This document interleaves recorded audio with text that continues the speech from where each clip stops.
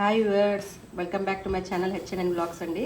ఈరోజు ఖీర్ చేసుకుందాం. చాలా సింపుల్ అండ్ ఈజీ మెథడ్లో ప్రాసెస్ చూద్దాం రండి. ఏం లేదండి, ఒక గిన్నెలో ఘీ బాగా వేడైనాక దాంట్లో కొన్ని కాజు బాదం వేసి బాగా ఫ్రై చేసుకోవాలండి. దాంట్లోనే మనం సేమియా వేసుకొని ఫ్రై చేసుకున్నామండి. యాక్చువల్గా ఇది ఫ్రై చేసిన వెర్మిసిల్లే, కానీ అయినా కానీ ఒకసారి ఘీలో రోస్ట్ చేసుకుంటే చాలా బాగా టేస్ట్ ఉంటాయండి.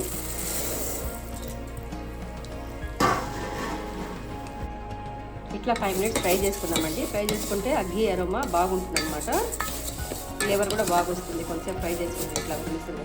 పాలు ఒక పక్కన బాయిల్ చేసుకునండి. వేడి వేడి పాలు వేసేసేయాలి. దీంట్లో చల్లటి పాలు వేయకూడదండి, వేడి వేడి పాలు వేయాలి. దీంట్లో ఇలాచీ పౌడర్ యాడ్ చేసుకున్నాను అండి. 4 to 5 ఇలాచీస్ తీసుకొని యాడ్ చేసుకున్నాను నేను.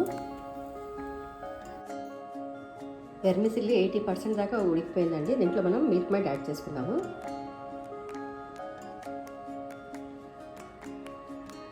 ఖీర్కి ఒక మిల్క్ మేడ్, ఘీ, షుగర్ ఉంటే చాలండి. క్రీమీ పాలు తొందరగా తయారైపోతుంది.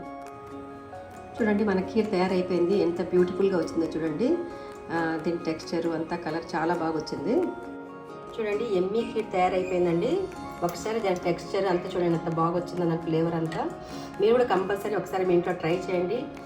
నా ఛానల్ లైక్ చేయండి, షేర్ చేయండి, సబ్స్క్రైబ్ చేయండి. Thank you so much for watching.